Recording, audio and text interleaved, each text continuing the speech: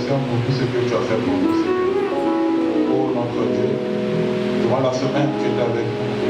Depuis le dimanche passé, mercredi, vendredi, oh Dieu, aujourd'hui encore dimanche, tu nous as gardés et nous voici dans ta maison. En vie, en bonne santé, sans argent, sans rien payer, Seigneur. Notre Dieu, nous pouvons parler comme le poète qui a dit que nous donnons la gloire au Seigneur Jésus, car c'est lui qui l'a fait, c'est lui qui l'a fait par amour. Pas encore de la réunion ce matin, mais oh Dieu, en état de lui, tout esprit qui ne confesse pas ton Saint-Nom, viens parle à nos cœurs. Quand nous sommes venus ici pour te rencontrer, toi notre Dieu, nous ne sommes pas venus nous voir les uns les autres, Seigneur. Ouvre les églises des cieux pour chacun de nous, Dieu, et parle à nos cœurs. Que celui qui est venu malade, toi le grand médecin guéris-le. Celui qui a un problème, oh notre Dieu, accorde la solution, Seigneur. Bénis la lecture de ta parole qui va être faite. Donne-nous le contexte, oh Dieu, Seigneur, car tout homme qui est parti à l'école, il veut certainement lire, mais le contexte et la révélation ne viennent que de toi. Donne-nous de dire que ce qui est écrit dans la parole et dans le message, Seigneur. Bénis ton serviteur, ton pasteur, qui, oh Dieu, a certainement besoin de toi. Tu connais ce dont tu l'as là-bas comme défi, oh Dieu. Aide-le à les surmonter, Seigneur. Bénis Israël, ton peuple. Bénis notre église, bénis-nous jusqu'à la fin. En bénissant tout le monde, n'oublie pas, oh Dieu. En ton nom, Seigneur Jésus, notre Dieu, nous avons ainsi prié et demandé à cause de toi. Amen. Amen. Que le Seigneur vous bénisse. Sentez-vous bien ce matin. Les amis frères, bienvenue. On va faire bonne arrivée. Et je salue l'homme de Dieu, le révérend Nikoué, qui est avec nous. Amen. Je salue chacun de vous. Au nom de Jésus, notre Dieu. Si on veut prendre nos livres dans le livre d'Éphésiens au chapitre 1er. Éphésiens chapitre 1er. Vous lisez à partir du premier verset.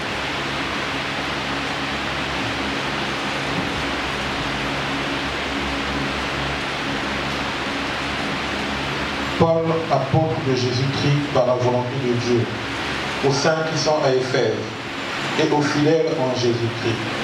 Que la grâce et la paix vous soient données de la part de Dieu, notre Père, et du Seigneur Jésus-Christ. Béni soit le Dieu et Père de notre Seigneur Jésus-Christ, qui nous a bénis de toute bénédiction spirituelle, de les lieux célestes en Christ. En lui, Dieu nous a élus avant la fondation du monde pour que nous soyons saints et irréprochables devant lui. Il nous a prédestinés dans son amour à être ses enfants d'adoption par Jésus-Christ selon le bon plaisir de sa volonté. Verset 5. Il nous a prédestinés dans son amour à être ses enfants d'adoption par Jésus-Christ selon le bon plaisir de sa volonté.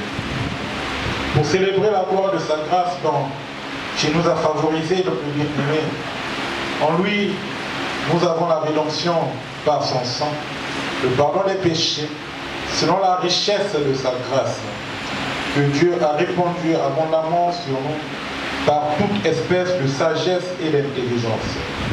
Il nous a fait connaître le mystère de sa volonté, selon le bienveillant dessein qu'il avait formé en lui-même. Je reprends le verset 9.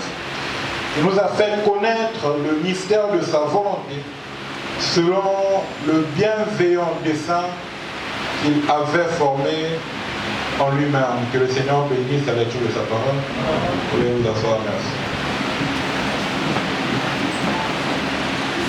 Alors encore une fois, je vous salue au nom de Jésus-Christ notre Dieu. Amen. C'est toujours un privilège pour nous, chaque fois que nous sommes dans la maison de notre Père. Amen. Comme la Bible a dit, je suis dans la joie lorsqu'on me dit avant à la maison de l'Éternel. Est-ce que quelqu'un est heureux d'être là ce matin? Si tu es dans la joie d'être là, tu peux dire Amen. Tu peux dire gloire à Dieu. Salut ton frère, salut ta soeur. Tu dis quand même bienvenue dans la maison du Seigneur.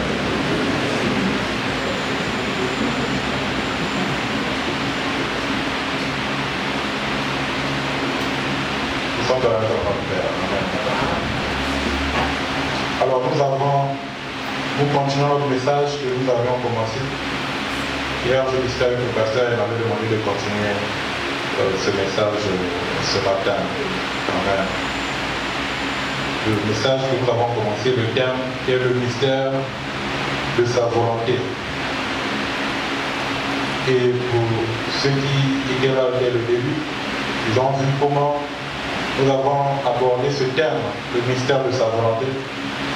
Et je vais relire, si on permet de paraphraser,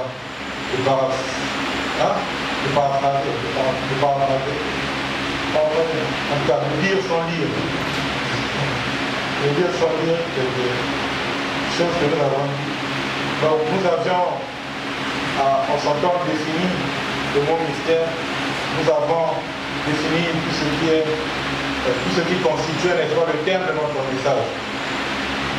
Et nous avions, n'est-ce pas, lu une citation de Frère Branham de la prédication à l'adoption, au paragraphe 25. Là où Frère Branham disait que la volonté de Dieu est un mystère. La volonté de Dieu est un mystère. Et chacun de nous doit la rechercher pour sa propre vie. Voyez-vous le mystère de sa volonté? C'est que Dieu a réellement une volonté pour chacun de nous. Mais seulement cette volonté ne court pas les rues, puisque c'est quelque chose de caché. D'ailleurs, dans sa définition première, même le mot mystère, on a dit que c'est une vérité qui est préalablement cachée, qui ensuite est révélée. Et donc, malgré la révélation, il reste attaché à un élément surnaturel. On a dit que la volonté de Dieu est un mystère, puisque nous parlons du mystère de sa volonté. Et il dit que pour chacun de nous doit rechercher cette volonté dans sa vie. Amen. C'est comme ça que nous avons abordé notre premier sujet sur le dessein éternel de Dieu. Nous avons dit ce que nous pouvions dire. Et nous avons dit que si la volonté de Dieu était un mystère, ça veut dire que Dieu devait nous révéler cette volonté. Donc Dieu a plusieurs façons de parler. Dieu, tel que je suis ici derrière la chair, je crois que Dieu peut parler au travers de moi. Je peux être en train de lire ma Bible à la maison. Je vois que Dieu peut me parler au travers de la Bible. Je peux être en train d'écouter une bande du prophète. Dieu peut me parler au travers de la bande. Dieu peut me parler par une prophétie. Mais ce n'est pas tout. Dieu peut aussi nous parler par instinct. C'est là où nous avons abordé notre deuxième sujet. Sur la conduite par l'instinct. Nous avons vu ce que Frère Branham a dit sur ça. Mais le maître mot qui revenait, mes frères, c'est que la conduite par l'instinct, Dieu conduit par l'instinct. Mais comme on nous a clairement montré que toute conduite instinctive ne vient pas forcément de Dieu. Amen. Parce que le diable aussi peut venir pour vouloir séduire. Mais croyez-moi, dans tous les cas, il y a un maître moyen qui nous est pour nous. Et ce moyen, c'est l'Urim Thummim. L'Urim Thummim nous permet de filtrer toute inspiration, toute révélation, toute conduite que nous avons avant de l'appliquer. Et l'Urim Thummim aujourd'hui, c'est la Bible. Amen. L'Urim Thummim aujourd'hui, c'est le message. Amen. Amen. Oui, mes frères, Dieu parle par instinct, mais Dieu parle aussi par notre subconscient. C'est pourquoi ce matin, nous allons aborder notre troisième sujet toujours dans notre message sur le mystère de sa volonté. Le sujet, nous avons intitulé « Croire du subconscient ». Qu'est-ce que le subconscient? Le subconscient, c'est un état psychique dont on n'a pas conscience, mais qui influe sur le comportement. Vous savez, même les scientifiques, ils ont abordé ce sujet, mais nous n'allons pas aborder ce sujet comme les scientifiques. Nous abordons ce sujet comme la parole demande de l'aborder. Amen. Alléluia. Qu'est-ce que le subconscient? Vous savez, les hommes de science, certains sont d'accord pour dire que le subconscient est différent de l'inconscient. Parce que ce qui est vrai, c'est que la conscience, c'est-à-dire que nous sommes ici avec nos 5 sens, c'est-à-dire l'odorat, l'ouïe, ainsi de suite. Les 5 sens nous permettent d'être dans le monde du rationnel, dans ce qui est raisonnable, ce qui est rationnel et ce qui est conscient. Pour le monde physique, amen. Ça c'est la conscience. Amen. Je retiens le nom de mon frère parce que j'en suis conscient. Amen. Quand je le vois, je l'appelle frère intel. frère Dexter, je suis conscient de son nom. Parce qu'il me l'avait dit un jour. C'était rentré par mes oreilles et j'avais retenu cela. La conscience est active pendant aussi longtemps que nous sommes éveillés. Mais mes frères, quand nous partons par exemple dormir, à ce moment-là, ce n'est plus la conscience qui agit. C'est le monde du subconscient. C'est le subconscient qui agit. C'est pourquoi, sans l'âme de la prédication, puis Jésus vint, le 64 au paragraphe 211, il dit, pendant que vous êtes en vie, pendant que vous êtes éveillés, les 500 sont en train de travailler. Il dit, vous êtes alors dans votre état conscient. Il dit, mais attendez que vous partez vous coucher, les 500 vont s'éteindre. C'est là que le subconscient prendra la relève. Quand on parle du subconscient, mes frères, nous avons déjà laissé la conscience. Quand nous parlons du subconscient, mes frères, c'est quasiment du spirituel. Amen. C'est pourquoi, mes frères, quand je lisais ça, madame, quand il fallait sur le subconscient, j'ai retenu 3 choses. Qu'il a placé 3 catégories de personnes en fonction du subconscient. Et la première catégorie, c'est ceux qui, dans certaines situations, vous allez voir, il va dire que ceux qui n'ont pas le subconscient. Mais dans d'autres, il est plus clair. Il dit, tout le monde a le subconscient. Mais seulement, le problème c'est que c'est la distance entre la conscience et le subconscient. C'est ça qui fait la différence, vous voyez.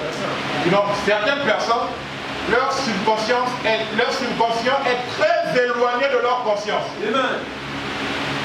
Et ce genre de personnes, ce sont des personnes qui ne font presque pas de songe. Parce que quand il est éveillé, il est conscient, mais quand il va dormir, il n'arrive pas à atteindre son subconscient. Le voilà comme un homme mort. C'est pas la prédication unie de guérison. Question, c'est encore le soir, 31. Amen. Des fois, voilà qui parle, n'est-ce pas? Et moi, je parle un peu bouillé, mais si c'est le prophète, qu'est-ce qu'on va dire? Paragraphe 31. Combien ici ont déjà fait un songe? Faites voir votre preuve. Maintenant, voyez. Au moins 2/3 des gens font des songes. C'est chose normale. Presque le tiers d'une assistante de cette dimension ne fait pas de rêve. Beaucoup de gens n'ont jamais rêvé de leur vie. Qu'est-ce qu'un rêve? Il dit c'est votre subconscient. Maintenant, disons qu'un homme ordinaire se tient ici. Voici la première conscience. Et voici la première conscience. Et ici c'est son subconscient. Il a la conscience et il a le subconscient. Amen. Lorsque celle-ci devient inactive, quand la conscience devient inactive, pendant qu'il est endormi, eh bien, celle-ci devient active. Amen. Ah, donc le subconscient et la conscience, ils sont presque liés. Presque, je dis bien. Pourquoi? Parce que pour que l'un, c'est-à-dire le subconscient, soit actif, il faudrait que la conscience soit inactive. Ça, c'est pour une catégorie de personnes. Et lorsque celle-ci devient inactive pendant qu'il est endormi, eh bien celle-ci devient active. L'autorité de la parole. Prêchant 50 ans par rapport. Maintenant, remarquez bien. Donc, certains d'entre vous ici, un grand nombre d'entre vous n'a pas levé la main. Ce qui veut dire que vous ne vous en souvenez pas. Il y a beaucoup de gens qui ne rêvent pas du tout. J'ai vu des milliers de gens qui n'ont jamais eu de songe. Eh bien, pourquoi? Illustrant ça, eh bien, suivez attentivement maintenant. Eh bien, voici la première conscience, c'est bien. Ici, c'est un homme normal. Un homme normal qui a la première conscience, qui est éveillé. Ici, c'est un homme normal. Normalement, chez la majorité des gens, leur subconscient est éloigné d'eux comme ceci. Donc, il manque une petite distance entre la conscience et le subconscient. Il est à peu près de sorte que la chose n'est qu'une parabole. Ainsi donc, l'homme qui ne fait pas de sang du tout, son subconscient est aussi éloigné que ce pilastre-là. Ou plutôt cette nouvelle. Eh bien, voyez-vous, quand quand il s'endort, il dort très profondément. Pourquoi? Parce qu'il n'arrive pas à atteindre son subconscient, mes frères. Il dort très profondément. Il dit, c'est votre subconscient. Comme nous l'appelons maintenant, les principes de la théorie. Maintenant, suivez ceci. Votre subconscient, voici votre conscience et voici votre subconscient. Regarde. Pour vous qui n'avez pas du tout de songe, le leur est loin en arrière. Donc le subconscient de ceux qui n'ont pas de songe est bien très éloigné de leur conscience. C'est ce qui fait que quand ils dorment, ils quittent la conscience et ils sont dans l'inconscient, ils n'arrivent pas à atteindre le subconscient. Parce que le subconscient est bien trop éloigné ou très éloigné de leur conscience. Amen. C'est ce qu'il dit. Il dit ici, mais juste un instant, le bref moment que cela prend. La personne qui rêve ne dort pas. Probablement. Mais vous ici, qui ne faites pas de songe, votre subconscient s'éloigne au point que vous ne l'atteignez pas quand vous dormez. Vous n'y pouvez rien. Vous n'y pouvez rien. Vous êtes né comme cela. Quelque chose qui vous dirige vous a créé, ainsi vous n'y pouvez rien. Amen. Oui, monsieur. Ceux qui ne font pas de songe, c'est parce que leur subconscient est bien très éloigné de leur conscience, a dit le prophète. Et quand ils dorment, selon Frère Madame, ils dorment, ils sont inconscients. Ils n'arrivent pas à atteindre le subconscient. Amen. Et vous savez ça, la plupart de mes amis sénégalais, quand tu dis à un Sénégalais que j'ai rêvé, quand tu dis quoi, tu es un prophète. C'est là où j'ai remarqué que là, beaucoup de Sénégalais, ils font vraiment des songes. Vous pouvez vous renseigner, vous pouvez demander. C'est-à-dire là, ils dorment profondément. Ils font rarement des songes. C'est-à-dire que leur subconscient est bien éloigné de leur conscience. Quand tu dis à un Sénégalais que j'ai rêvé, tu dis, oh, tu es un prophète.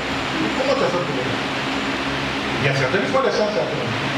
Et c'est ce que j'ai remarqué depuis un certain temps. Voyez-vous.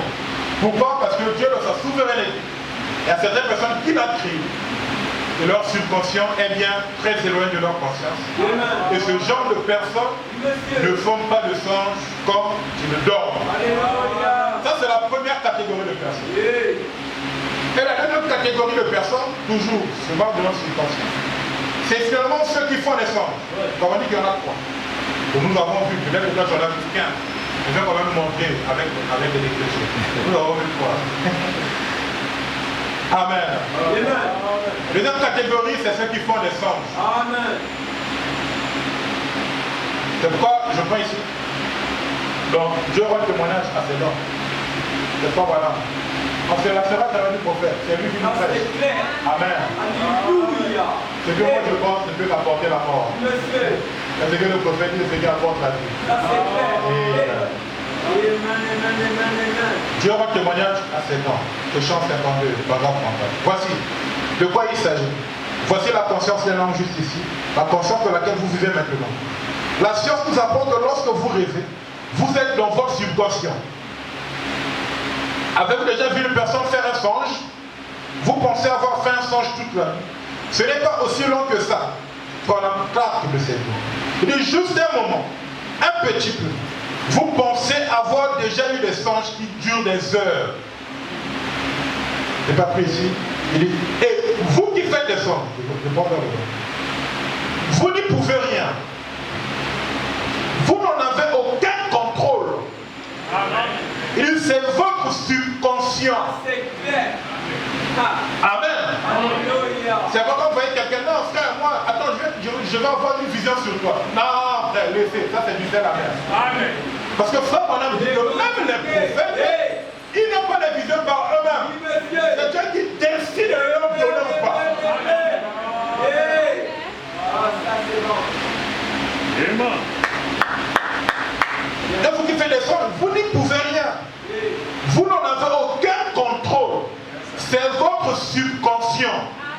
Quand tu dors, tu ne que là-bas c'est le monde des esprits. On appelle ça le monde des rêves.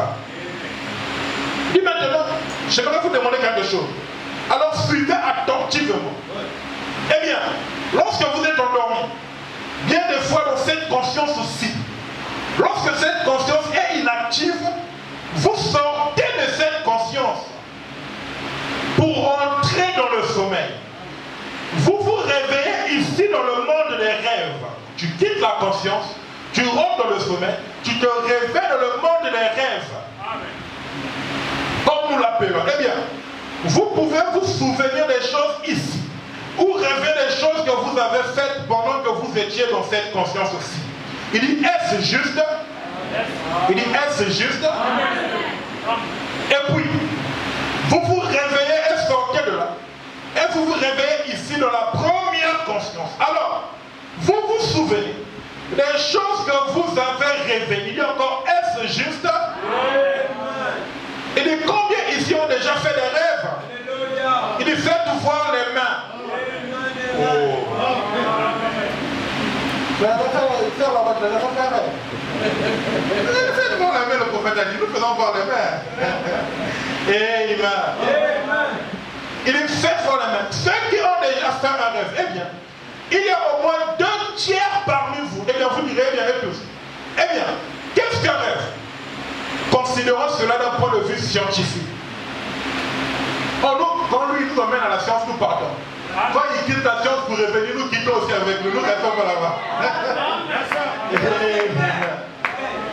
Eh bien, on nous enseignait qu'on fait un rêve lorsque le subconscient est en action. Voici votre véritable conscience, votre première conscience. Lorsque vous dormez ici, votre subconscient se met en action. Or, Dieu peut traiter dans les rêves. Mais ce n'est pas très précis. Il l'a fait avec Joseph, vous allez y arriver. Avec le roi Nebuchadnezzar. Amen. Avec Joseph, le père nourricier de Jésus. Tout ce monde Dieu a traité avec le balance subconscient. Il l'a fait, et bien souvent. S'il y a un interprète, le songe, les songes sont très bien s'ils viennent de Dieu. Les songes sont une bonne chose. Parce que Dieu nous parle par les visions. Dieu nous parle par la Bible. Dieu nous parle par les mondes. Mais Dieu nous parle aussi par les songes. C'est une très bonne chose. Mais seulement, comme on a dit parfois, ce n'est pas très précis. Oh, béni soit le nom du Seigneur. C'est pourquoi nous ne ferons jamais du don de nos frères dans l'église notre absolu. Non, monsieur, nous avons notre absolu qui est le message. Nous avons notre absolu qui est la Bible. Et ce que toi tu dis devant checker, c'est là par la parole. Non, moi j'ai un Dieu infaillible. Non, monsieur, il n'y a aucun problème qui a un Dieu infaillible. Le seul qui a le pouvoir d'infaillibilité, c'est le prophète de Malachipa. Tous les hommes de Dieu peuvent rentrer. Mais il faut assez d'humilité. C'est là nous voyons que les gens travaillent pour leur propre gloire aujourd'hui au lieu de travailler pour la gloire de Dieu. Mais si tu travailles pour la gloire de Dieu, tu sais que le diable peut rentrer. Et quand on va dévoiler que c'est le diable, tu seras sincère pour t'humilier pour qu'on prie pour toi afin que le démon puisse quitter. Tu donnes une procès, tu donnes un songe qui ne s'accomplit pas. On veut prier pour toi et tu te fâches. Ça, c'est un mauvais esprit. C'est le diable qui est en train de te séduire. Oh non, c'est cette église, on n'aime pas. Cette église, on méprise. Non, monsieur, frère Branham écrit. Quand tu dis quelque chose et que ça n'arrive pas, il dit c'est le diable qui a parlé par toi. Mais pour le côté, vous aussi vous pouvez dire Amen. Nous sommes les prophètes de ce qui est écrit. Quand nous vous répétons ceci. Amen. Amen. Parce que la Bible, personne ne va juger la Bible. Donc ce que la Bible dit, c'est vrai ou c'est faux. Non, monsieur, c'est Dieu qui a parlé dans la Bible et nous croyons ça comme ça. Amen. Et la Bible était écrite par les hommes inspirés de foi. Quand les gens écrivaient la Bible, il dit même eux-mêmes ne se rendaient pas compte de ce qui s'écrivait. C'est comme si on avait fermé les yeux et qu'il ne faisait qu'écrire sans se rendre compte. Oh man. Amen. Oui, monsieur. Verset 10. Vous croyez, de l'interprétation, vous croyez maintenant. L'interprétation, vous croyez maintenant. Péché en 52, le soir, paragraphe 46.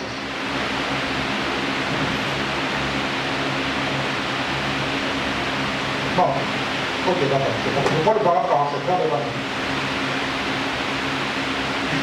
Viens mettre la feuille ici. Eh bien, si nous avions un interprète de songe, ce serait bien. C'est juste comme parler en langue. Si vous avez un interprète, c'est bien. Si vous n'en avez pas, gardez silence, voyez-vous. Maintenant que tout soit en ordre. Maintenant, voici la première conscience. Lorsque vous dormez ici, vous rêvez quelque chose par ici.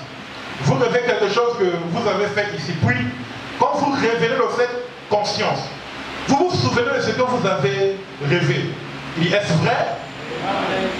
Il y a plusieurs d'entre vous ici ont eu des rêves. Il y a 20 ans. Et vous vous en souvenez toujours. Il dit encore, est-ce vrai? Je ne me souviens pas d'un rêve que tu as fait il y a très longtemps. Il dit ici, eh bien, alors, vous aviez en fait une partie de vous était quelque part. Ah. Si vous êtes comment tu es un sorcier. Comment tu donnes une partie de toi quelque part? Amen. Il y a une partie de vous était quelque part. Je n'appelle ça pour vous là. Donc sortir en vampire. Mais non, mais c'est pas ce que ça veut dire. Mais chez nous, si tu dis ça va te dire que tu es sorti en vampire. Que tu es un sorcier. Une partie de vous était quelque part. Et elle a vu quelque chose qui est resté encore collé à votre esprit. Il dit, c'est votre subconscient. Il dit, maintenant regardez. Or, une personne normale fait des rêves en effet. Lorsque vous êtes ici, votre subconscient est à cette distance de vous. Donc ici, il nous montre, mes frères, que la distance entre le subconscient d'une personne qui fait des songes et celle entre le subconscient et la conscience d'une personne qui ne fait pas les songes, il dit c'est une distance assez conséquente. La différence au fait c'est même ça, c'est que celui qui fait les songes, son subconscient n'est pas très éloigné de sa conscience, quoi qu'ils ne sont pas ensemble. Par contre, celui qui ne fait pas les songes, son subconscient est très éloigné de sa conscience, ce qui fait quand il sort de sa conscience, il tombe de l'inconscient et n'arrive pas à atteindre le subconscient. Est-ce que c'est clair? Est-ce que c'est clair? Amen. Donc ici, nous montre cette deuxième catégorie de personnes. Ceux qui font des songes. Ceux qui ont un subconscient qui n'est pas très éloigné de leur conscience. Là où il dit, la conscience s'éteint, on sort de la conscience, on rentre dans le subconscient. Il dit quelque chose, vous dites et va quelque part. Il dit dans le monde des rêves, je vois quelque chose qui se passe là-bas. Puis cela reste attaché à votre esprit. Quand tu reviens dans cette conscience, quand c'est le même esprit, alors cela te donne les informations que tu es parti prendre. C'est pas frère si tu fais des songes et que tu oublies ces songes, c'est un peu inquiétant. Parce que Dieu traite aussi par notre subconscient. Amen. Amen. Mais cela étant dit, il nous est nécessaire de préciser une chose. Que c'est vrai que Dieu traite avec nous quelquefois par le subconscient.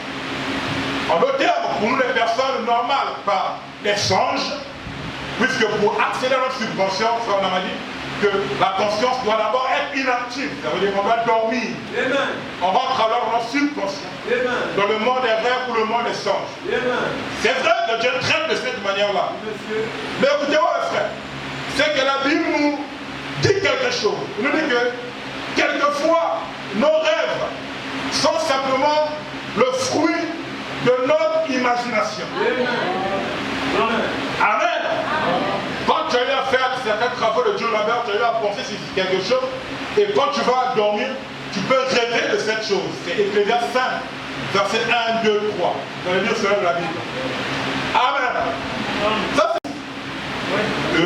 Oui, monsieur. Avant de dormir, tu t'empiffrais le diable. Tu vas, tu commences à dormir, tu te mets à faire un certain songe.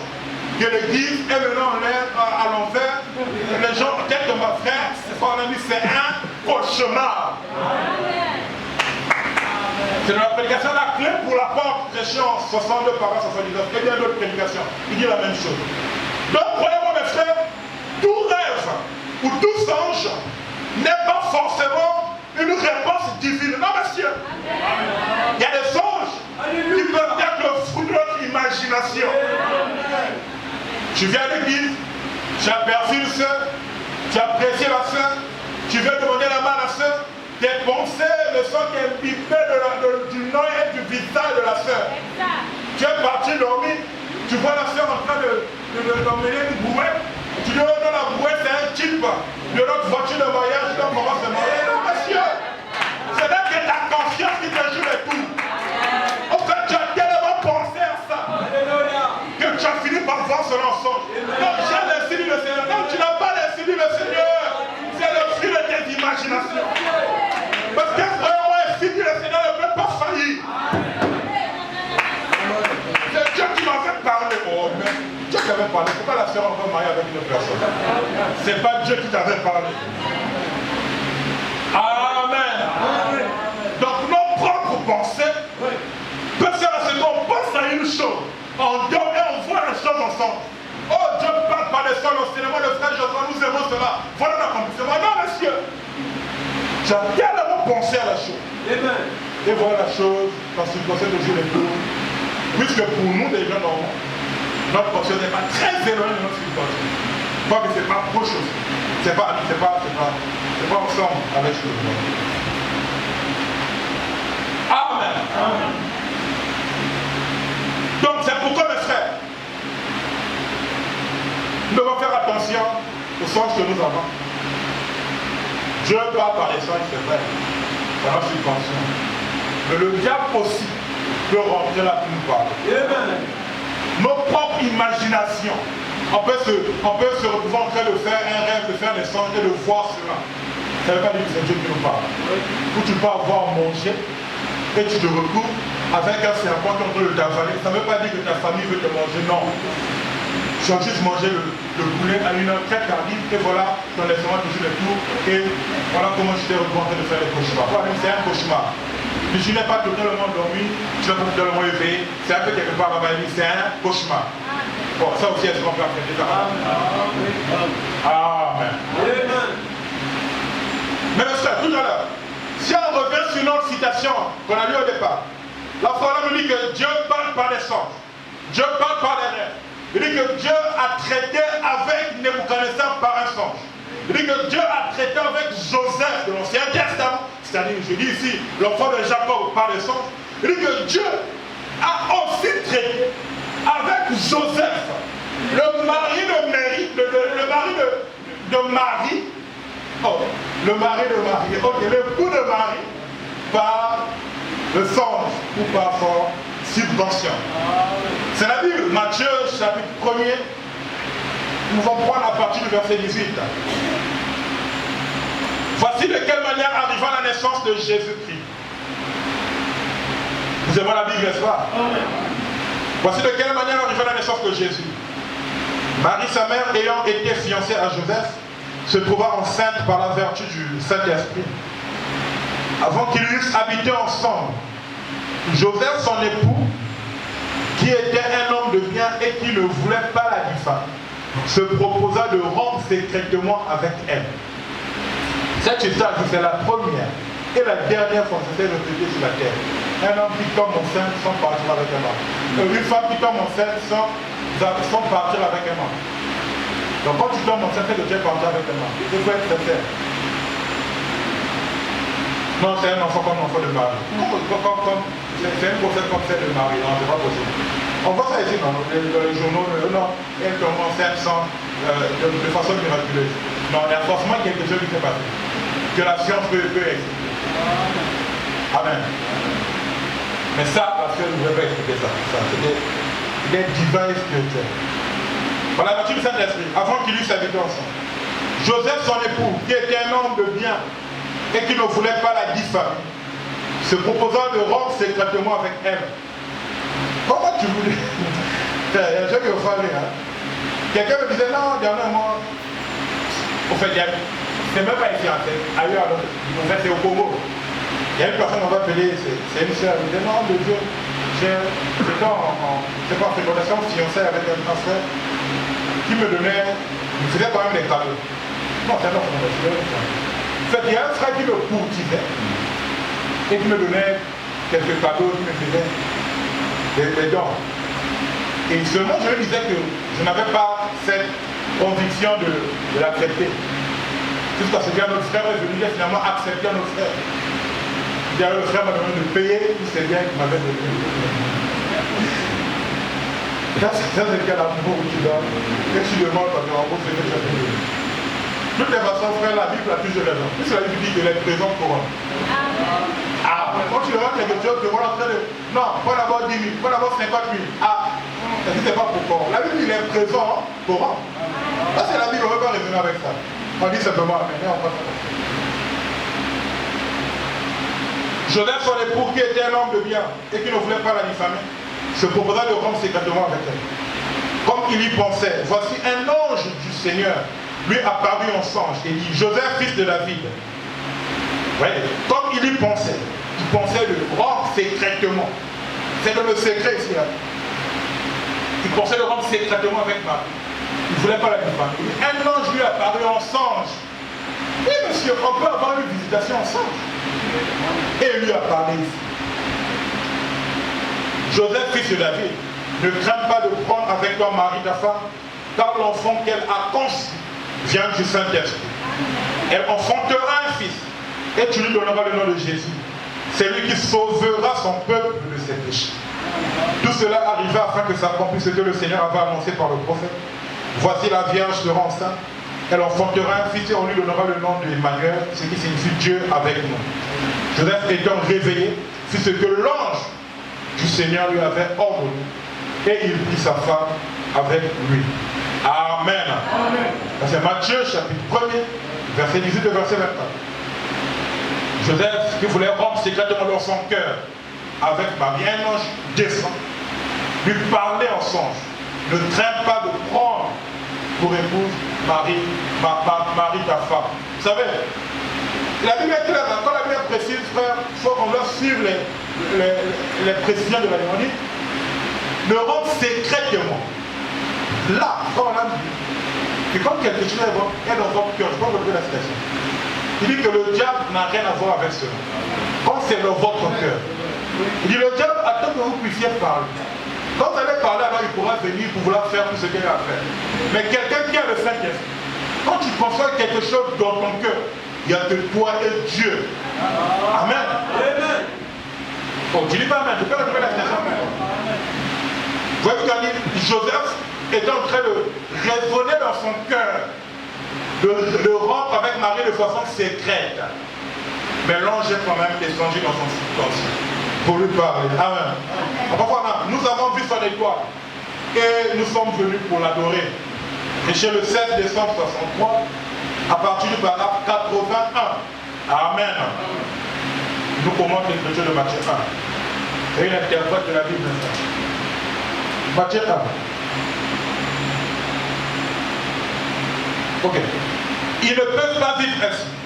La Bible dit que si une jeune fille fiancée se trouve dans une ville et qu'elle soit violée par un homme, si elle ne crie pas, alors les deux doivent être lapidés ensemble. Ils sont mis à mort. Oui, c'est vrai.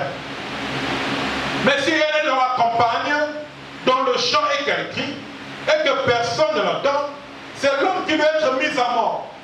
Elle doit vivre. Eh bien, donc la pénalité pour cela, c'est Deutéronome 22. Amen. Maintenant, remarquez donc à ce sujet. Nous voyons qu'elle allait devenir mère sans être mariée. Ainsi, pour Joseph, c'est comme si Marie cherchait à se servir de lui comme bouclier contre les moqueurs et les railleurs. Ah, là, il nous explique ce que Joseph avait vraiment de la pensée. Vous voyez, Joseph devait lui servir de bouclier en allant de l'avant et en l'épousant malgré tout. Mais sans être son mari par des liens conjugaux. Mais ça devait être, il devait lui servir. Il voulait bien la croire. Joseph voulait bien croire Marie. Je crois vraiment cela. Il voulait bien la croire. Mais son histoire était vraiment inhabituelle. C'était difficile pour ce croyant de croire. Joseph était un vrai croyant. Mais pour cette expérience de Marie, il était difficile pour Joseph de croire cette expérience. Amen. C'est pas nos expériences. C'est pour nous et notre Dieu. Amen. Donc ne cherche pas toujours l'approbation des autres. Non mais qu'est-ce que tu en penses? Non mais c'est ton expérience. Est-ce que toi tu es convaincu de ton expérience avec Dieu? Ça c'est clair. C'est comme un frère qui ici qui avait une fois fait un sens. L'un qui partait quelque part, il devait faire un chemin de vie, il y avait les serpents qui sortaient. Il m'a dit, il est venu voir un homme de Dieu, il n'est plus ici avec nous, c'est un homme de Dieu qui était avec nous. Et il dit, il a rêvé que tu traversais la rivière et les serpents étaient en train de sortir. Et là, il a dit, ok, c'est une vie de fouilleux, tu as vu le fouilleux. Le frère s'est fâché, comment tu peux traiter une vie de fouilleux? Mais qui t'a dit qu'il est prophète? Pourquoi tu l'as emmené dans le sol pour qu'il t'interprète les choses? Il t'a bien donné la réponse. Non, je ne pense pas, c'est un combat, ça pour montrer que j'ai donné la foi. Si tu es convaincu que c'est ton expérience, pour montrer que tu peux marcher sur les serpents et que tu as mené la foi, reste convaincu de la foi. Un prédicateur n'est pas un interprète des songes, je suis désolé. Dans la Bible, il y avait des prophètes, il y avait des sacrificateurs, il y avait aussi des songeurs. À moins que tu nous dises clairement que tu es un songeur. Là on va maintenant te donner le temps et tu nous interprètes. Et on attend l'accomplissement de l'interprétation. Amen. Je ne sais pas si tu as un sens, pas vraiment d'autre chose. Amen. Tout ce que lui il peut te dire, non, c'est songe ici. Prie pour que Dieu te donne l'interprétation. C'est aussi un conseil que tu leur donnes. Amen. Joseph, un vrai croyant, mais il a eu du mal à croire l'expérience de Marie. Est-ce que vous avez ici? Excusez-moi mes amis, c'est pareil aujourd'hui. L'histoire de la puissance du Saint-Esprit sur la terre dans l'église est si inhabituelle pour les organisations et pour la pensée dénominationnelle que les gens veulent bien prendre cela, mais c'est trop inhabituel. Il dit c'est trop fantastique. Voilà, dit, mais c'est la vérité. La Bible dit qu'il en serait ainsi. Et voici la chose. Bien, des hommes qui sont attachés à les crayons veulent vraiment croire cela. Mais c'est si inhabituel qu'ils ne peuvent simplement pas le faire. Et ça, c'est même dans le message. Tu vois quelqu'un qui a grandi avec une doctrine qu'on enseignait tout le temps, mais qu'on n'a jamais prouvé ni par la Bible ni par le message. Maintenant qu'on lui présente des Écritures, il a du mal à croire. Pourquoi mon pasteur n'a pas dit cela? Ton pasteur n'a pas un ciel. Je suis désolé. Nous allons au ciel du Seigneur Jésus-Christ.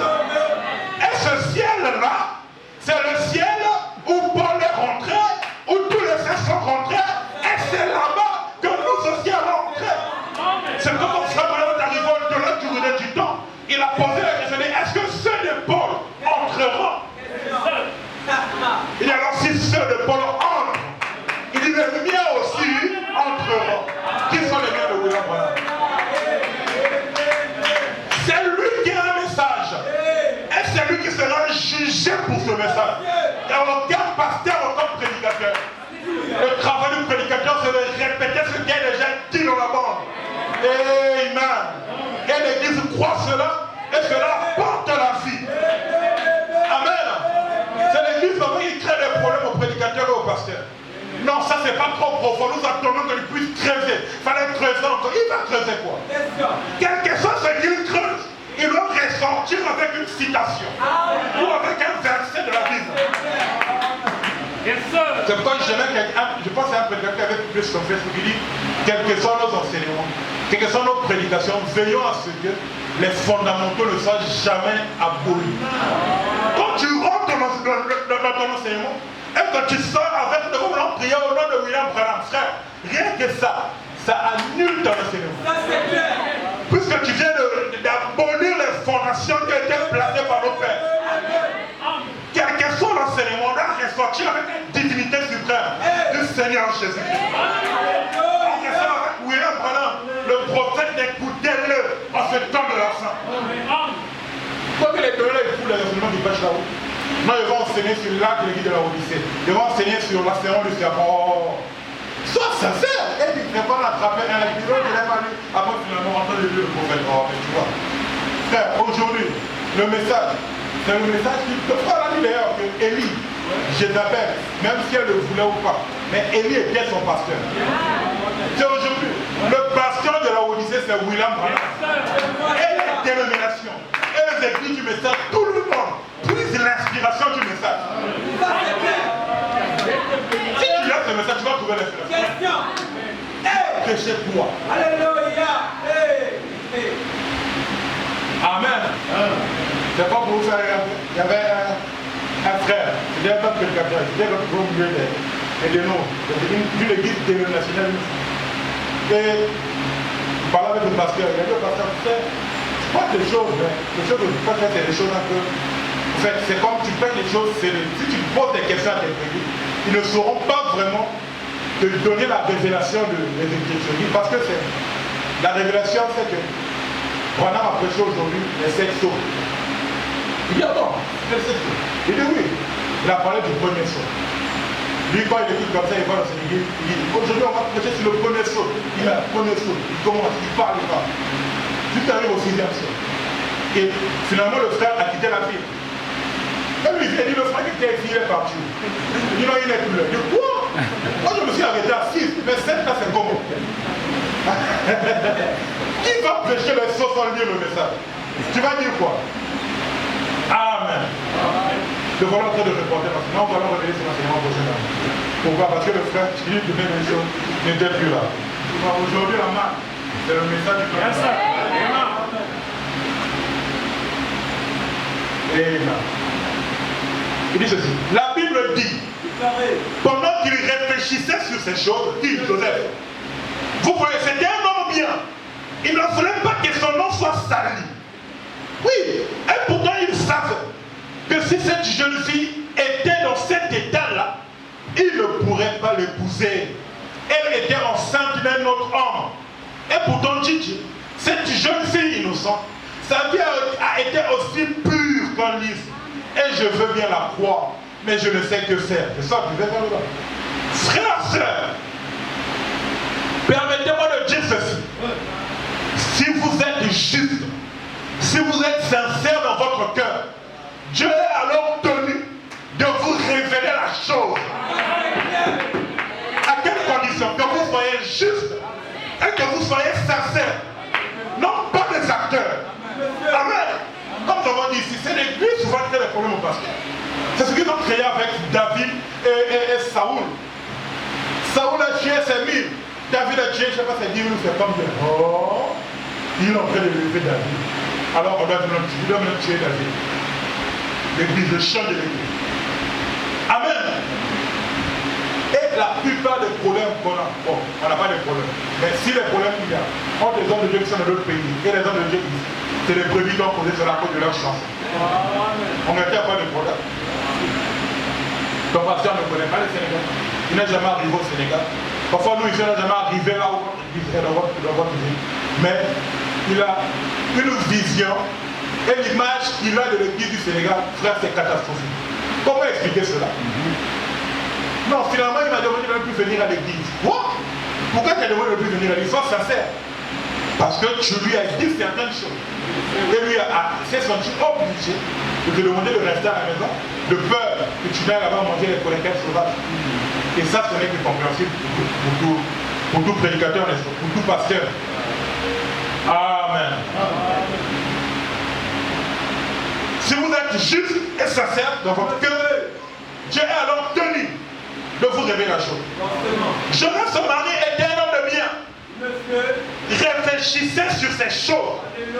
C'était tellement inhabituel, comme je l'ai dit, qu'il arrivait à peine à comprendre cela. Comment est-ce possible?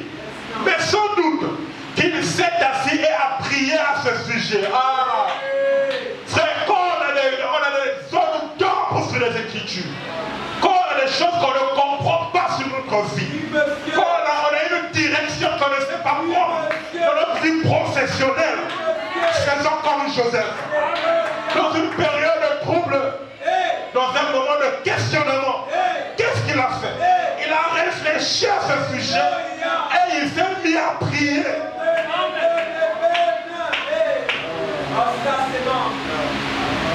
Amen.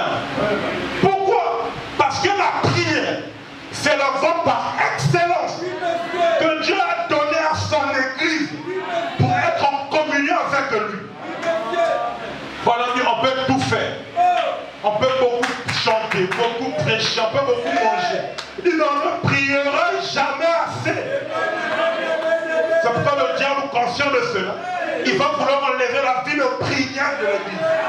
Enlever la vie de prière d'un frère. Frère, si ta vie de prière est en train de mourir, c'est le diable qui est en train d'avoir raison sur toi. Réponds-moi ce matin. C'est une voie préétablie par Dieu pour avoir la victoire, pour avoir la réponse à nos problèmes. Frère, je ne veux pas avec la prière. Quand tu es dans un état de prière sincère, même si je n'ai pas un don de vision, je vais te visiter à l'instant T et tu restes la réponse qu'on a fait. C'est la voie par excellence. Tu peux venir pour moi et dire, mais si je le prie pas, frère, sache-le, il y a quelque chose qui ne va pas. Amen. C'est pourquoi un chrétien, il a des habitudes de prière. Un chrétien peut prendre un jour dans la semaine. Par exemple, chaque vendredi, c'est mon jour de prière. Où je m'abstiens de manger jusqu'à une certaine heure parce que c'est un jour de consécration. Même quand je suis au travail, je me retire 15 minutes. Je ne parle pas avec lui. Même quand je suis à l'école, je me retire un peu 5 minutes. Je prie, je ne parle pas avec lui. Pourquoi? C'est la seule manière pour nous de communier, la véritable, préétablie. Là où tu es sûr que tu peux parler à Dieu et Dieu peut te répondre. C'est par la prière. C'est la voie de la communion. Amen. Pourquoi tant de problème? Parce que la vie de prière a quitté l'église. Quand la vie de prière te quitte, c'est là où la légèreté commence même à rentrer. Là où tu vois un frère qui avait du mal hier à vie de légèreté, les voilà finalement en train de marcher, bras dessous avec une sœur. Qu'est-ce qui se passe? La vie de prière t'a quitté. Oh, ne bouge pas, dis simplement Amen. Et tu vas te délivrer. Pour la légèreté, on dit, ça ne vient pas soudainement. Il dit, le diable est brisé, il commence par les petites choses. Amen. Un chrétien qui était ferme autrefois, aujourd'hui, même au travail, quand il arrive le matin, oh, on est comme ça là. Un frère du message, vous allez faire les bisous au bureau. Mais tu peux le faire. Au bureau, il n'y a pas de diable. Au bureau, il n'y a pas de pasteur. Mais il y a un homme qui te regarde. C'est le Dieu du message. C'est lui qui a parlé qu'un homme ne se salue pas en faisant un baiser avec une femme. C'est frère Branham qui l'a dit. C'est pas un pasteur qui l'a dit. Et sache-le que chaque fois que tu le fais, tu ne désobéis pas à une église. Mais tu désobéis au Dieu qui a parlé au travers de William Branham. C'est pas qu'on a prêché un message convaincu ou concerné. Frère, pourquoi les gens ne vivent pas la parole, ne sont pas concernés par la vie de la parole? Parce qu'ils ne sont pas très convaincus du message. Soyons convaincus du message. Et vous allez voir, ça va t'emmener à te sacrifier à certains niveaux.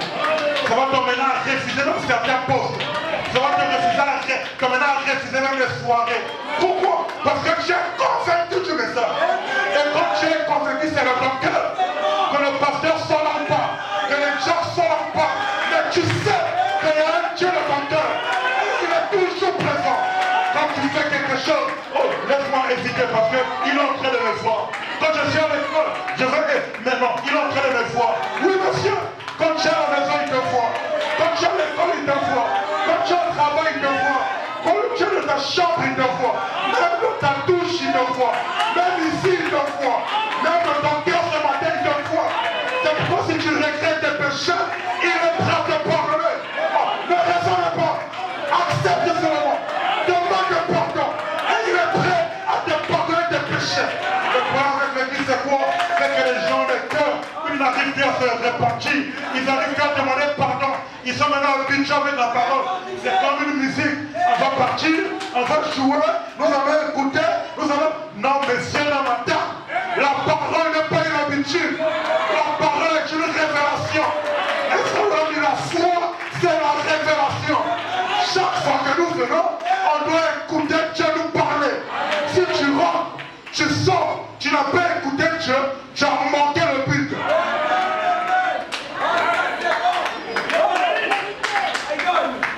Est-ce qu'on fait ça? Oui, monsieur, oui, voilà. Voilà. C'est bon, ça c'est bon. ce que je dis, pendant qu'il méditait, qui méditait Joseph? Voilà, là, que des canaux, que des pépites d'or. C'est ça la vie d'un chrétien, vie de méditation, vie de prière.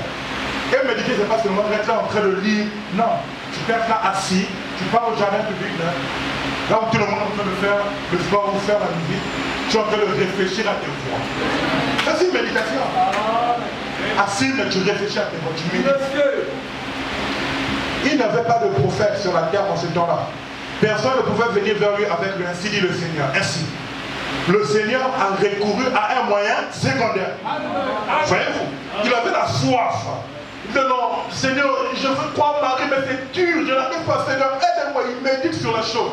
Voilà, mais en ce temps, il n'y avait pas de prophète sur la terre. Frère, prophète! Ah! Non, je ne crois pas. Plein de prophètes aujourd'hui, même ici au Sénégal. Non, prophète de Dieu. Quel prophète? Qu'est-ce que tu as vu? Il ne voit rien, il attend que les choses arrivent. Non, j'avais déjà dit ça. J'avais dit ça. On n'avait pas écouté. Un prophète est celui qui parle de la part de Dieu. C'est-à-dire, il vous dit une chose et la chose arrive. Il vous donne même des détails. En réalité, ce n'est même pas lui qui parle, mais c'est Dieu qui parle au travers de lui. C'est un prophète. Alléluia. Il y avait un homme de Dieu qui prophétisait une fois à la télé. Et à un moment là, c'était comme ça au Congo. À la télé, il dit, allez, ainsi dit le Seigneur, quoi. Alors il y a une personne qui a appelé, il dit, allô, homme de Dieu, oui. Oh, prophète, en tout cas, moi et mon mari qui m'a quitté depuis quelques mois, je prie que, donc Dieu dit, oh, arrête, ainsi dit le Seigneur. Ton mari revient dans 2 semaines, à quel endroit il va venir? Il dit, oh, homme de Dieu, pardonnez-moi parce que, au fait, en réalité, mon mari est juste là à côté de moi. C'était pour voir si vous avez. Il dit, oh, ma soeur, soyez maudit, parce que vous avez tenté de moi. On a tenté de moi comment? Quand tu dis que tu es un prophète, tu vas nous dire, non, c'est tu es en train de mentir. C'est ça un prophète. Le prophète d'aujourd'hui, c'est pas une chose. Et même ils en foutent. Ils disent qu'ils partent sur Facebook, parfois ils voient des choses, après ils viennent, non, attirer le Seigneur. Quel attirer le Seigneur? Amen. Il dit, pendant qu'il méditait, là le Seigneur lui a parlé. Il n'y avait pas de prophète sur la terre en ce temps-là. Personne ne pouvait venir vers lui avec le ainsi dit le Seigneur. Ainsi, le Seigneur a recouru à un moyen secondaire. C'est pourquoi Dieu a confié son propre fils au soin d'un homme par un songe et l'a envoyé en Égypte, puis l'a ramené. Il a caché aux mages, ou plutôt, les mages ont prêté un autre moyen. Il n'y avait pas de prophète dans le pays. Aussi, recourut-il à un moyen secondaire, virgule, le songe. Amen. Le songe est un moyen secondaire. Le premier moyen par lequel Dieu nous parle, c'est par la parole. Amen. Je veux que tu me parles par un songe. Est-ce que quand on prêche la parole, tu n'écoutes pas Dieu te parler? C'est ça le moyen primaire par lequel Dieu nous parle. Il dit un moyen secondaire, virgule, le songe. Mais il y avait là des hommes qui n'étaient pas nés pour être des voyants. C'était cependant des hommes de bien. Et alors, Dieu les visitait dans leur subconscient et se révélait à eux. Amen. Qui Joseph, il n'était pas prophète. Et il n'y avait pas de prophète dans ce temps-là. C'est pourquoi Dieu traitait avec la majorité par leur subconscient. C'est comme ça qu'il est descendu dans le subconscient de Joseph et a traité avec Joseph. Amen. Pour lui dire, ne crains pas. Amen. Parce que l'enfant qu'elle est en train de porter vient du Saint-Esprit. Amen. C'est la même chose de Matthieu 27 à partir du verset 11 jusqu'au verset 19. La Bible dit que Jésus devait comparaître devant le gouverneur Pilate. Et quand Pilate est venu, il a dit à Jésus, es-tu le roi des Juifs? Jésus a répondu, tu l'as dit. Il a dit, qu'est-ce que tu réponds aux accusations des sacrificateurs? Et Pilate a dit à Jésus, n'entends-tu pas comme les choses ils t'accusent?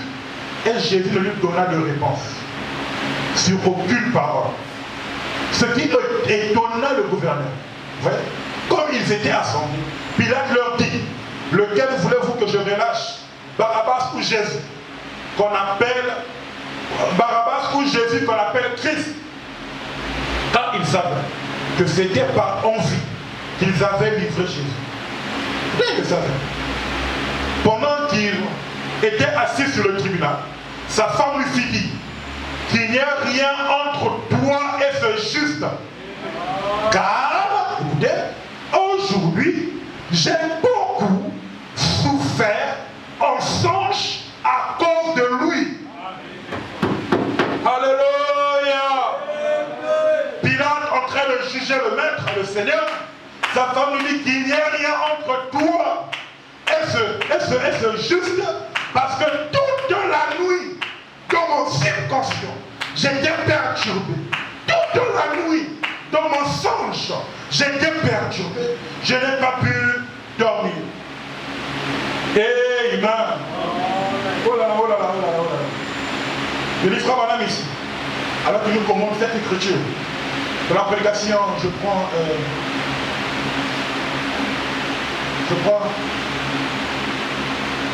la foi, je prends tourner les regards vers Jésus. Les gens, ça sent quoi le soir, la grâce sont sentis. J'ai plein d'écritures, n'est-ce pas? Je sors pour le voir, sinon on va se terminer ici pour lui. Bon, sinon on va mettre plus de temps. Pilate regarda une fois, lorsqu'on le lui emmena. Il ne l'avait jamais vu auparavant. Ses mains étaient liées, le sang coulait de son dos, une couronne d'épines sur sa tête. Pilate regarda et fut convaincu en effet. Un homme à cheval descendit la rue au galop, sauta à terre, arriva en courant et lui dit, voici, votre femme vous envoyait une lettre. Ah, voilà. Lui, quand il parle, c'est comme ça que l'histoire s'est passée. La Bible dit que sa femme lui dit, attends, il dit non, c'est un messager qui était venu sur un cheval, qui a garé le cheval, qui a sauté, qui a ressenti une chose, qui a dit, mettre en prévu. Et lui, il s'est questionné. Voilà, je peux lire au travers les épaules de Pilate pour voir ce qui est écrit sur la lettre. Quand un prophète, frère. Voici votre femme vous envoie une lettre. Il regarda cela et elle dit. Il dit donc, il continue de la lettre. Pilate, mon mari bien-aimé, qu'il n'y ait rien entre toi et c'est juste. Car aujourd'hui j'ai beaucoup souffert en songe à cause de lui. Voilà, il trembla, qui Pilate. Ses genoux s'entrechoquèrent et il dit, si tu es le fils de Dieu, si tu es le roi, pourquoi ne le dis-tu pas franchement, es-tu le roi d'Israël? Jésus lui répondit, c'est toi qui le dis. Je prends le reste ici. Oui, oui, il était convaincu qu'il était plus qu'un homme. Il était entièrement convaincu que c'était plus qu'un homme. Il était certainement. Mais toi, qui était convaincu? Pilate. Il était convaincu que Jésus était plus qu'un homme. Et même quand sa femme est venue lui a envoyé la lettre pour lui dire ce qui s'était passé dans son songe, oui, il était convaincu. Mais oui, il était convaincu. Il dit, mais quoi? Sa politique et sa popularité étaient trop influentes. Il le rejeta. Sa popularité était trop influente.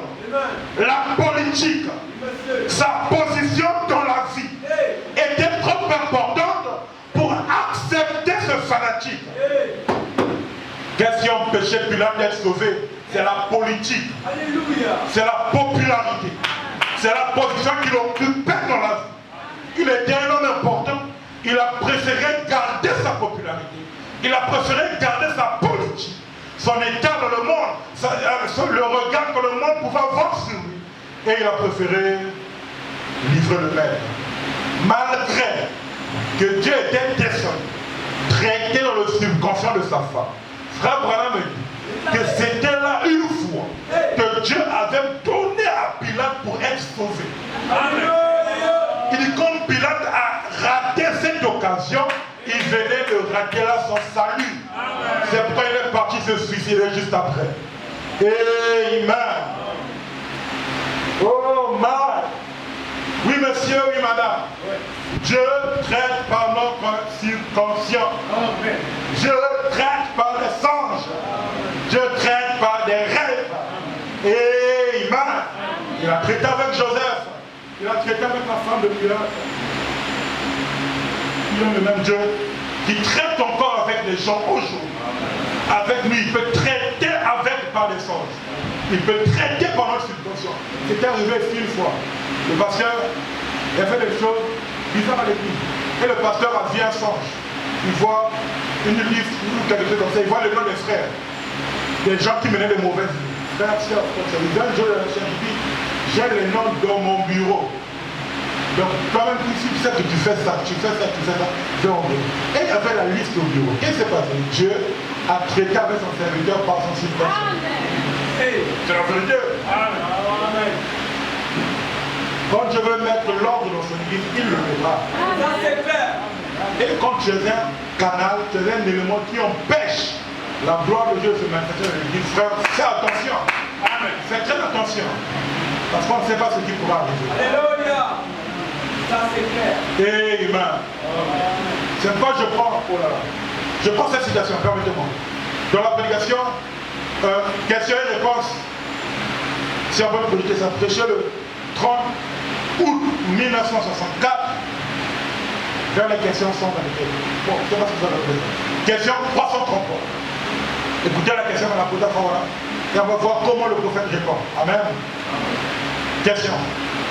Frère Branham, je veux recevoir le Saint-Esprit. Je veux savoir ce qu'il faut faire. J'ai un fardeau dans mon cœur pour le salut de ma famille. Et la sœur a signé. Frère Branham, je veux recevoir le Saint-Esprit. Je veux savoir ce qu'il faut faire. Et j'ai un fardeau dans mon cœur pour le salut de ma famille. Très bien. Paragraphe 128. Si vous voulez recevoir le Saint-Esprit, laissez-moi vous dire quelque chose, ma chère sœur. Si vous êtes ici, il dit, frère et fille, c'est pas le truc. Là, au fond, je ne me souviens pas d'elle non plus, mais si vous êtes ici, sœur Bou, si vous êtes ici, laissez-moi vous dire quelque chose, vous dire que la Bible dit, heureux ceux qui ont faim et soif de la justice. Amen. Écoutez maintenant comment. Vous êtes beaucoup bénis, rien qu'à le désirer. Tu n'es pas content parce que tu ne désires pas le Saint-Esprit. Rien que désirer le Saint-Esprit, c'est une grande bénédiction. Oh là là, oh là là, oh là là, oh là là. Vous êtes beaucoup plus bénis rien qu'à le désirer. Il dit, voyez-vous, maintenant souvenez-vous, ce n'est pas que vous l'avez obtenu, mais heureux sont ceux qui ont faim et soif de lui, car ils seront rassasiés. Promesse. Il dit, tenez-vous simplement à cela. Première question, je vais recevoir le Saint-Esprit. Réponse, heureux ceux qui ont soif et faim. Ils seront rassasiés. Il dit, tenez-vous simplement à cela. Parce que quand tu as cette faim et cette soif, vous êtes déjà grandement bénis. Amen. Donc désire le Saint-Esprit et soif du Saint-Esprit. Soupire de recevoir le Saint-Esprit, tu es déjà béni. Deuxième partie de la question. Que dois-je faire pour ma famille? Utilisez pour votre famille la même foi que vous utilisez pour vous-même.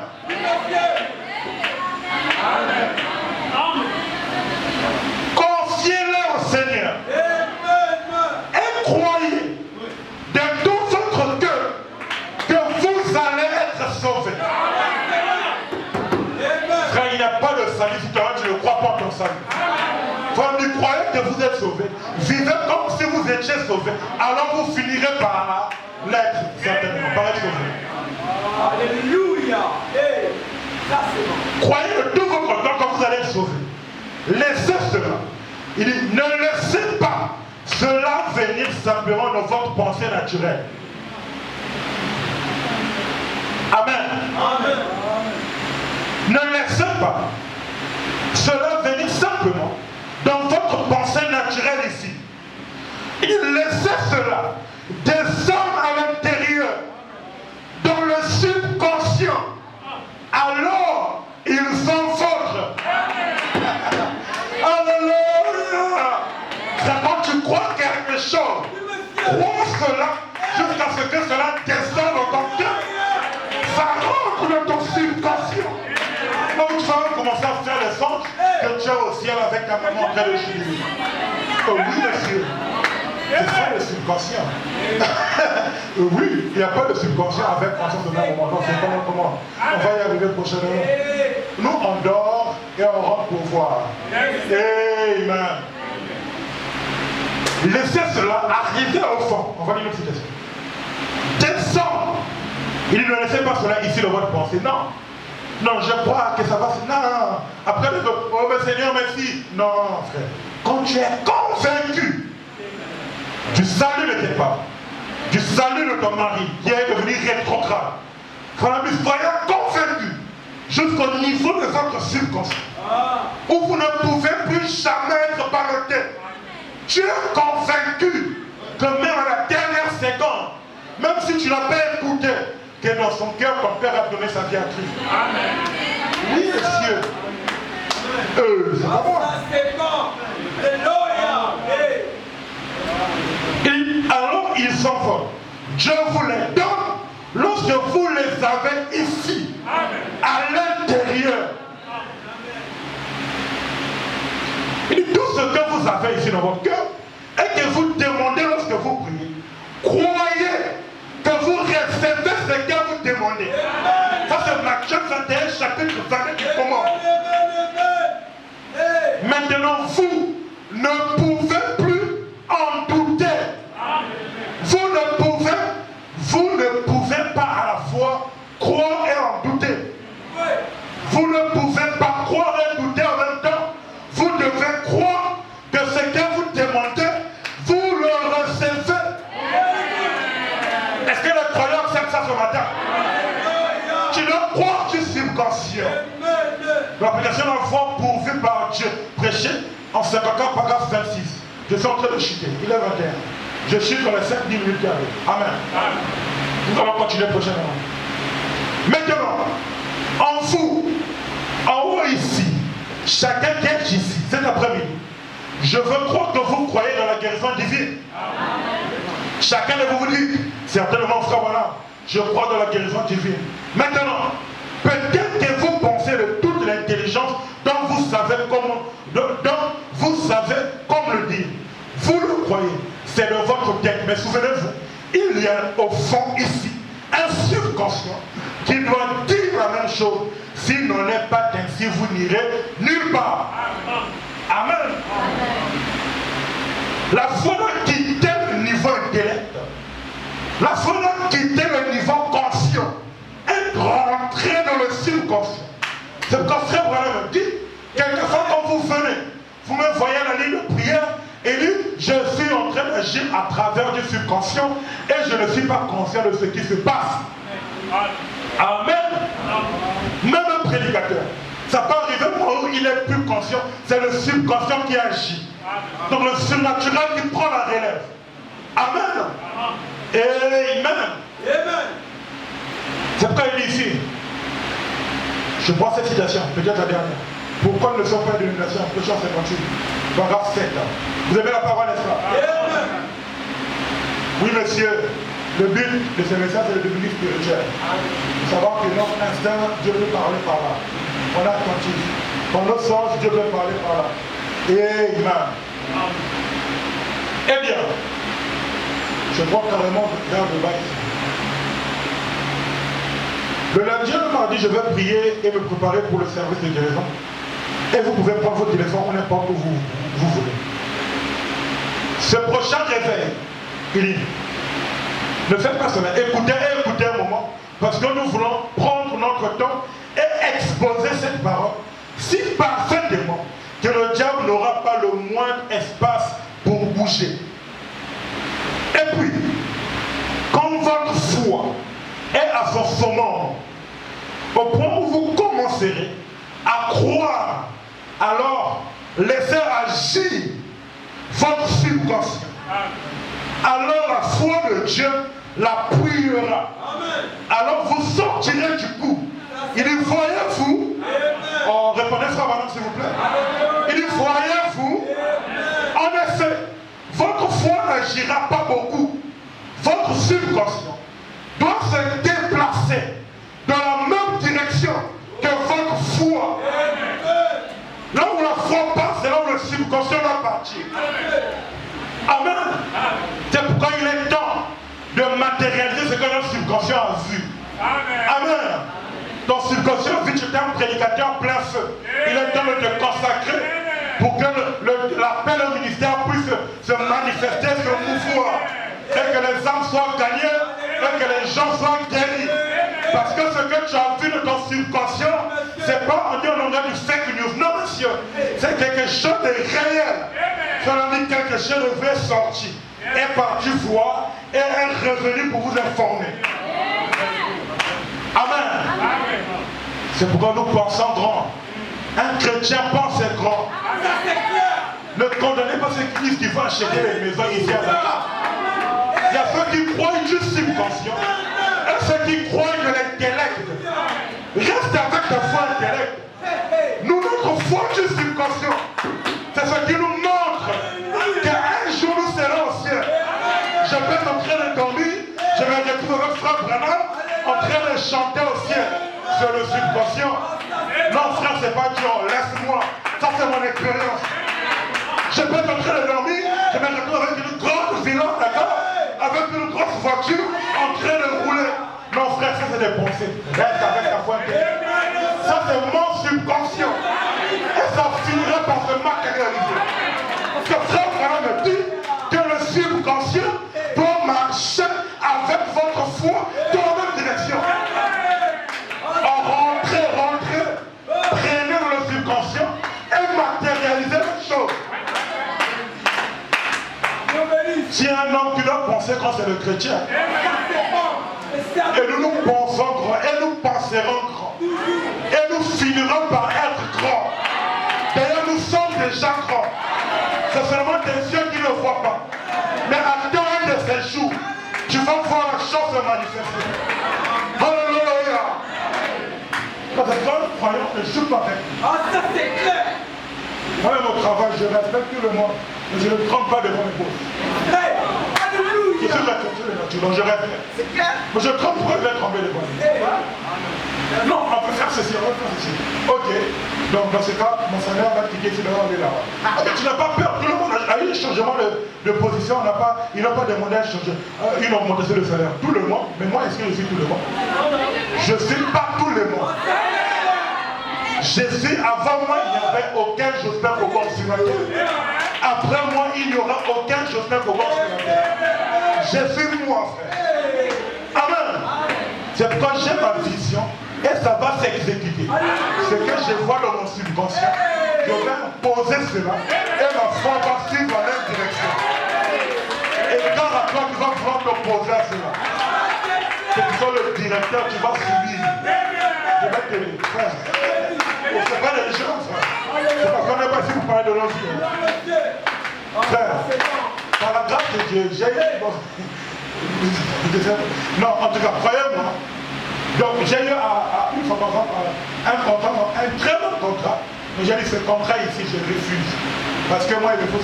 Et tout le monde était abasourdi. Parce qu'un tel contrat ne va pas refuser cela. Je ne suis pas tout le monde. Amen. Je suis moi. Ça c'est clair. Je travaille, je vous donne ce que j'ai compris. Oui, vous me dites ce que vous voulez. Je vous respecte, mais je ne crains personne. Ça c'est clair. Vous ne voulez pas. Je démissionne pour l'entreprise. Je fais quelque part d'autre. Je serai toujours béni. Nous sommes des Joseph. Nous sommes les fils de la prospérité. Même si l'entreprise qui va me regarder n'était pas bénie, quand je vais rentrer, ils vont commencer à gagner des marches. Parce que moi je suis arrivé là. C'est ça mon subconscient. Je suis très petit. Nous sommes des grands. Et nous vivons comme des grands. Arrêtons les petites choses. Même pour prendre un taxi, c'est tout un problème. Oh, je vais prendre un taxi. La Bible dit que si les oiseaux du ciel famille. À combien plus forte raison, l'homme qui est créé selon son image. La Bible continue, virgule. Ne vous inquiétez pas du lendemain, car le lendemain prendra soin de lui-même. Est-ce qu'elle peut te poser une question? Est-ce qu'un jour peut prendre soin de lui-même? C'est qui ce lendemain qui est écrit dans la Bible? C'est celui qui nourrit les oiseaux. C'est celui qui nourrit les poissons. C'est celui qui fait pousser les arbres. C'est celui qui a nourri ton parent. C'est celui qui prend soin de toi. Ne vous inquiétez pas du lendemain. Car le lendemain prendra soin de lui-même. Ne vous inquiétez pas du lendemain. Car votre Dieu, qui est le même hier, aujourd'hui éternellement, il est déjà dans le lendemain. Et il prépare le lendemain pour toi. C'est pourquoi nous marchons comme des grands hommes. Nous ne sommes pas orgueilleux, frère, mais nous sommes chrétiens. Comme l'apôtre Paul a dit, si je veux m'enorgueillir, laissez-moi m'enorgueillir en Christ. En bénissant le nom du Seigneur. Ce que nous voyons dans le subconscient, ce que nous voyons dans le songe, c'est ce que nous devons finir par devenir sur la terre des hommes. Alléluia. Alléluia. Si tu es malade et que tu as rêvé, que tu étais parfaitement guéri, commence à vivre comme une personne guérie. Parce que c'est le surnaturel qui est descendu dans le subconscient. Et il t'a parlé. Et la foi marche en suivant le subconscient. Est-ce que vous le croyez? Que tout ce que tu as vu dans le subconscient puisse se réaliser. Oh, je suis un sacrificateur. Je suis un prédicateur. J'ai le droit de prophétiser. Alléluia. Et la Bible dit que je ne mourrai pas, je vivrai. Je ne mourrai pas, je vivrai. Et je vais raconter les heures de l'éternel. C'est pourquoi tu ne peux pas mourir. C'est pourquoi tu ne vas pas mourir. Cette maladie ne t'emmènera pas jusqu'à la mort. Mais c'est pour que la gloire de Dieu puisse se manifester. Ce que tu penses être, ce que tu veux être, c'est ce que tu finiras par devenir.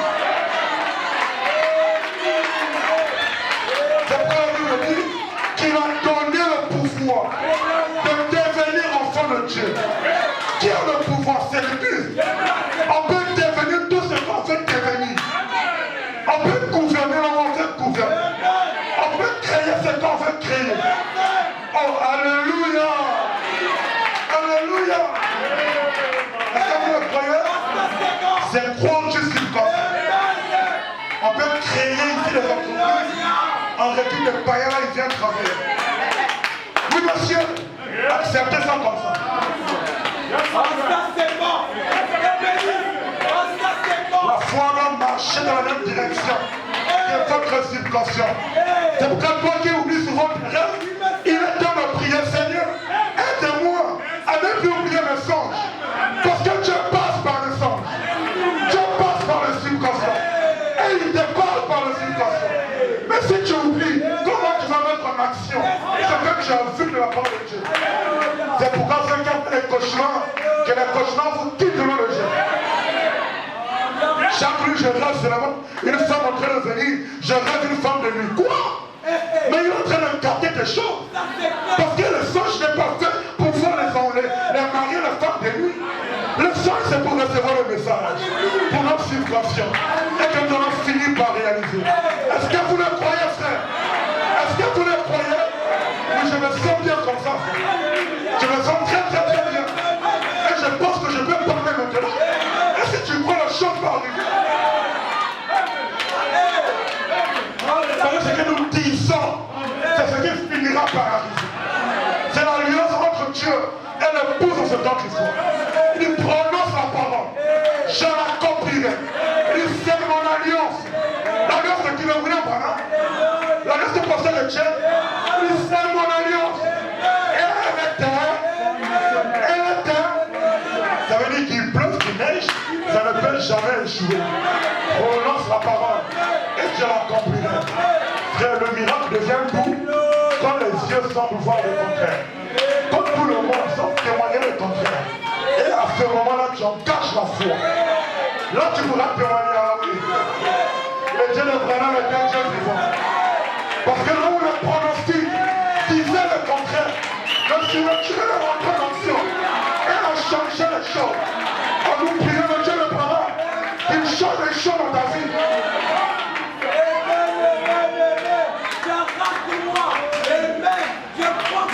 Est-ce que vous le croyez?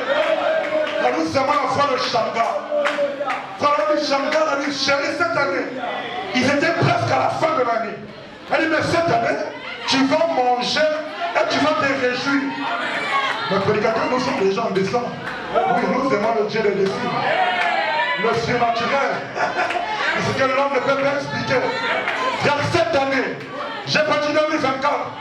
Cette année, tu peux voir le miracle de Dieu. Et le 31 décembre, venir témoigner ici que le Dieu de Branham est vivant. Le Dieu de Branham agit encore. Le Dieu de Branham fait encore.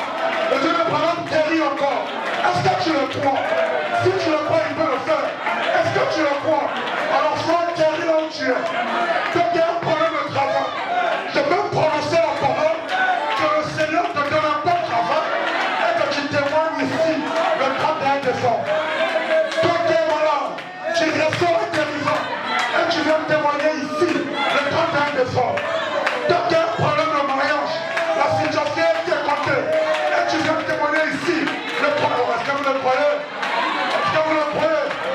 Devant la main, est-ce que vous le croyez? Laissez pas le diable venir sur vous. Béni soit le nom du Seigneur. Il a avec vous ça. Shalom.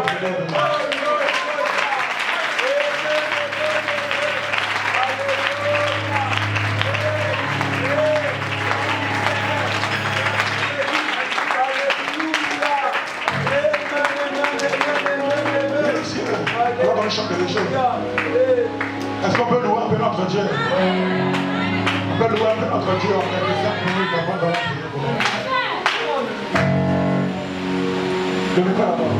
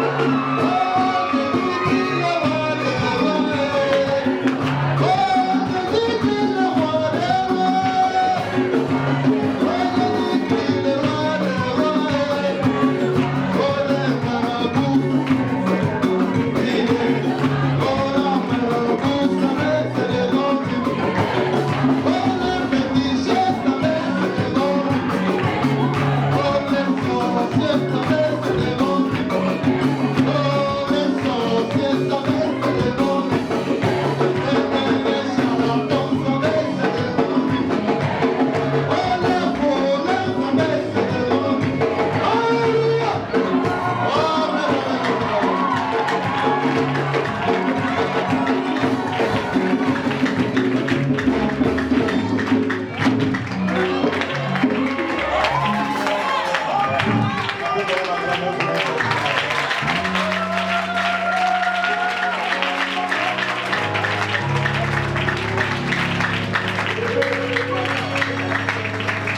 Nous avons dit amen à la parole, nous avons adoré, nous avons dansé. Amen. Nous voyons que nous laissons comme nous. Nous allons juste dire un mot, nous allons prier. Seigneur Jésus, notre Dieu, nous te remercions pour ton intervention. Merci pour la parole. Oh Dieu, nous prions que ce qui a été prononcé ici puisse trouver vie pour chacun de nous, Seigneur, afin que les témoignages puissent revenir pour ta gloire. Merci parce que tu l'as fait. Bénis ton peuple ici présent. Oh Dieu, vivifie chaque parole, Seigneur, dans un cœur sincère. Nous voulons voir les fruits dignes, oh Dieu, de ce que tu apportes dans ta prédication au milieu de ton peuple. Rentre avec nous là que nous allons rentrer. Guéris les malades, console les affligés, remplis le Saint-Esprit, oh Dieu, ce que nous veut. Et conduis ceux qui recherchent ta conduite, Seigneur. Bénis notre pasteur qui a besoin de nous. En ton nom, Seigneur Jésus.